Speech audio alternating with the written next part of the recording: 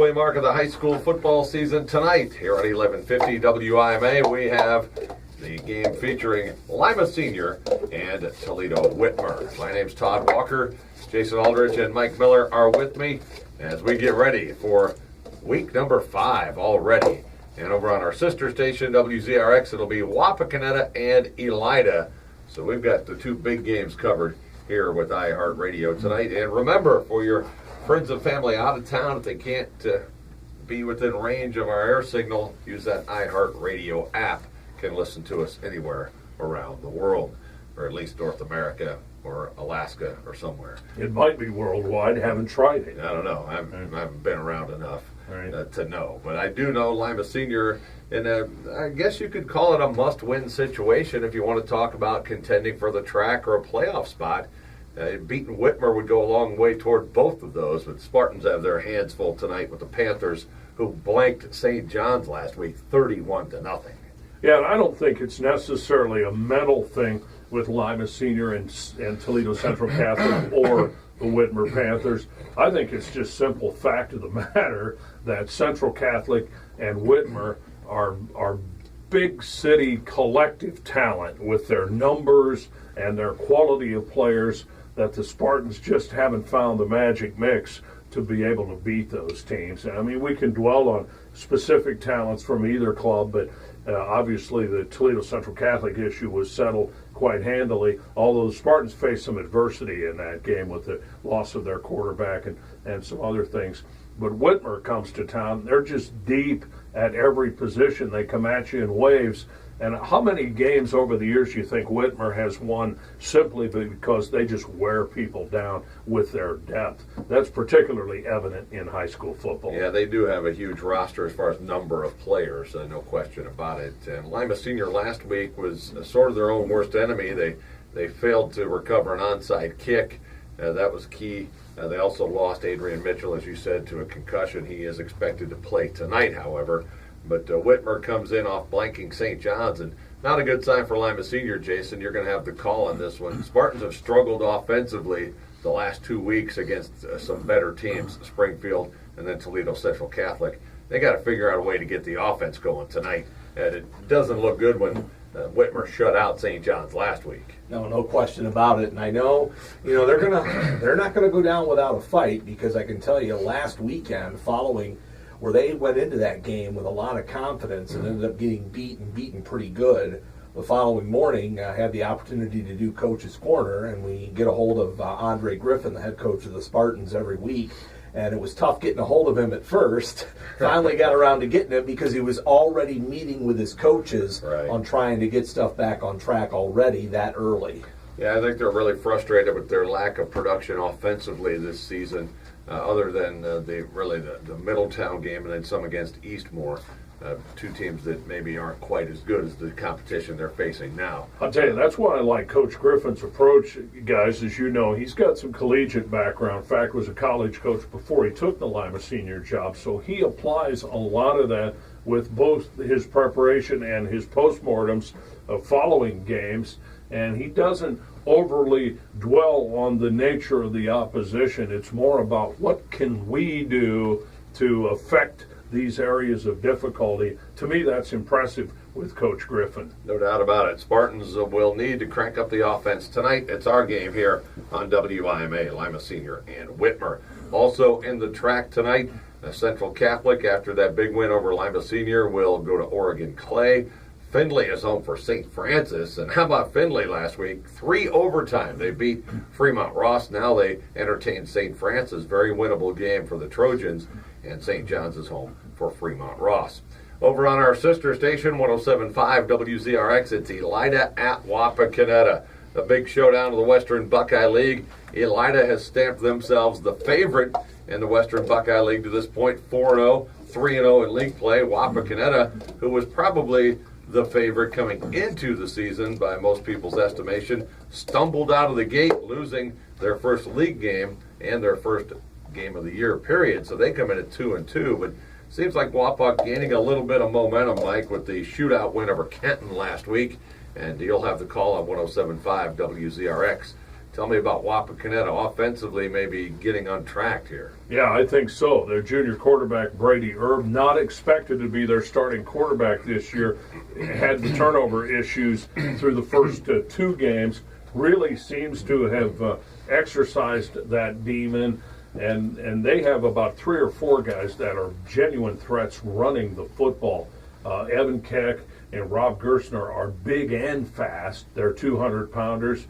And a guy who's almost like a hybrid wing of sorts and a wideout. This Riley Worthen Gibson was the conference 200 meter champion sprinter, so he brings that to the mix also. And they've shown the ability to throw just enough to keep defenses honest. So I would say Wapakoneta is playing their best of the year on the offensive side of the football. Now, defensively, they were challenged like nobody challenges them with Kenton's passing attack last week, and the key there was just finally getting some pressure on the Kenton quarterback.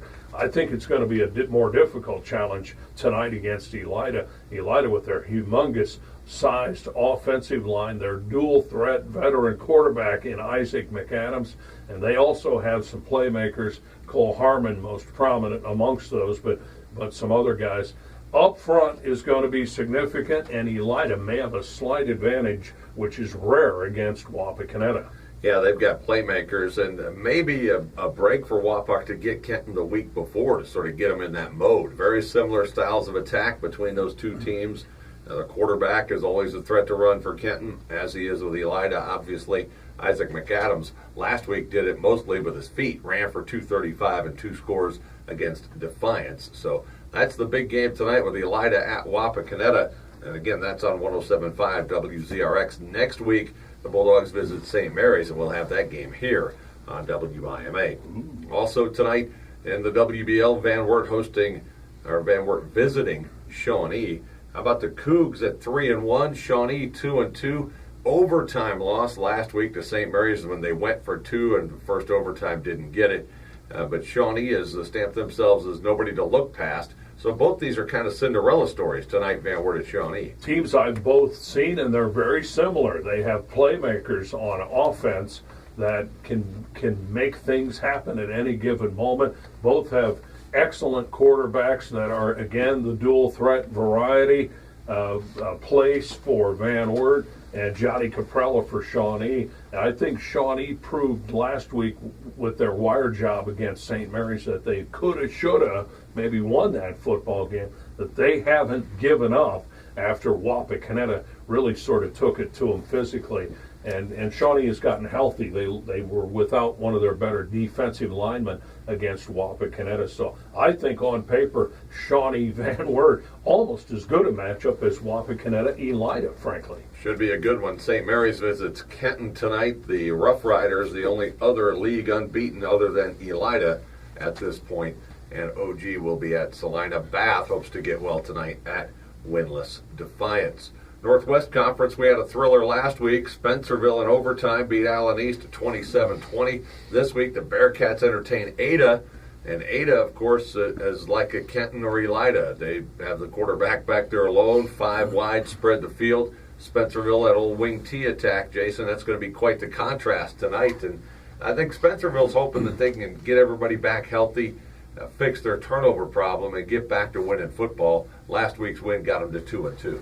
Yeah, they really had to come through a lot of adversity last week by giving up Allen East an opportunity to go 40-some-odd seconds to tie the game in regulation. Allen East ultimately did on the very last play of regulation, right. But then Spencerville showed a lot of heart, and Coach Summer briefly told us that in our post-game comments with him, is that, to overcome such a letdown, to get the ball first in overtime, score, and then force Allen East to not score and knock it away on the very last play of overtime. They showed a lot of heart, and yeah, if they can control the pace of this game tonight, they'll be in good shape. I think that'll be the key. Yeah, they're playing Ada. They need to play keep away from them clearly and see if they can come away with the victory. Also tonight in the NWC, Crestview visits Columbus Grove. It's been a rough season for Grove. They got on the board last week, beating lowly Paulding.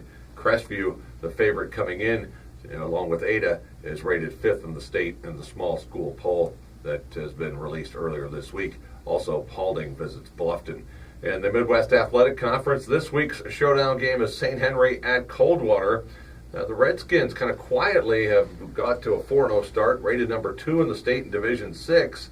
And could this be the year St. Henry returns to the top of the MAC? They'll get Marion later in the year, but Coldwater tonight. You know what's interesting about this game, and St. Henry maybe slipping back into the elite status that they occupied for such a long, long time.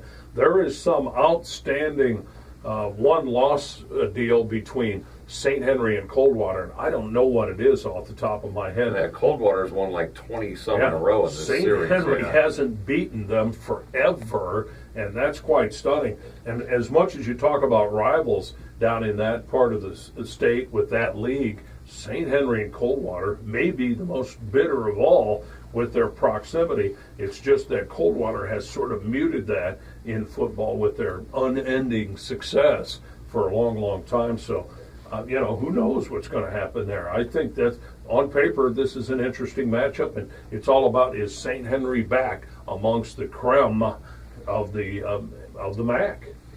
Minster, after losing to Marion Local last week, will host Fort Recovery. Marion Local is at Versailles. St. John's will go to Anna. Jays got back on track last week with a triple overtime win Saturday afternoon over Versailles. They're 3-1, and they will visit Anna. And those three matchups you just mentioned are all pretty darn good matchups, yes, aren't they? No doubt. And as per the norm in the MAC, 5 state-ranked teams between Division 6 and Division 7. Also Parkway at New Bremen tonight. Don't look now, guys. Huge showdown in the BVC with Lipsick and Pandora Gilboa. Each 4-0, rated in the D7 poll. That game will be at Lipsick tonight, and that's a huge showdown for the BVC. Perry is home tonight for Waynesfield Goshen. Commodores got their first win of the year last week, 41-6 over Hardin Northern. And Jason, I know you had Coach Taviano on Coach's Corner last Saturday. Congrats to him getting his first win at Perry. Yeah, and he said that was a big confidence booster for his club, and obviously looking forward. And one of the first questions I asked him was, do they feel they can compete for an NWCC crown? And he said absolutely. Yeah, that's a good way to get started, taking care of Hardin Northern. And the Commodores had lost a shootout with Spencerville the week before, which I think also probably gave them some confidence, even though they lost. They kind of slugged it out with a team that they think is pretty good in the Spencerville Bearcats. And the LCC Thunderbirds will play tomorrow afternoon. They will host Toledo Rogers. The Rogers Rams come to town for a 1 o'clock kickoff at Spartan Stadium tomorrow. We are in the Web Insurance Countdown to Kickoff. Our game tonight is Lima Senior hosting Whitmer. Coming up next, Jason Geiser from your hometown stations will join us to talk high school football, week number 5 on 1150 WIMA.